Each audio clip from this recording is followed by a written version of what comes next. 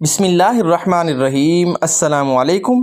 نماز مغرب کے بعد رسول اللہ صلی اللہ علیہ وآلہ وسلم نے فرمایا، ٹانگیں موڑے بغیر 10 مرتبہ یہ دعا پڑھیں، لا الہ الا اللہ وحدہ لا شریک لہ، لہ الملک ولہ الحمد بیدہ الخیر، یحیی و یمیت وہو علی کل شیء قدیر۔ ترجمہ: اللہ کے سوا کوئی معبود نہیں، وہ تنہا ہے اور جس کا کوئی شریک نہیں، اسی کے لیے ملک ہے اور اسی کے لیے سب تعریفیں ہیں، اسی کے ہاتھ میں خیر ہے، وہ زندہ کرتا ہے اور مارتا ہے اور ہر چیز پر قادر ہے۔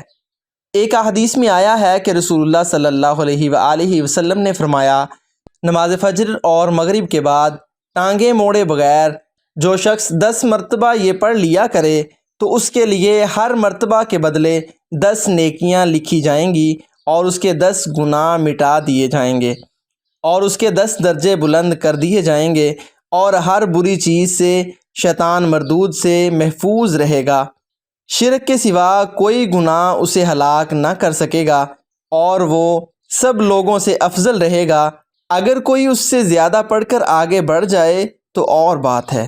اللہ تعالی ہمیں نماز مغرب کے بعد ان کلمات کو پڑھنے کی توفیق نصیب فرمائے، آمین ثم آمین۔ دوستو، ویڈیو پسند آئی ہو تو ویڈیو کو لائک، شیئر اور ہمارا چینل ضرور سبسکرائب کر دیجئے گا۔ ملتے ہیں ایک نئی ویڈیو کے ساتھ، تب تک اللہ نگہبان۔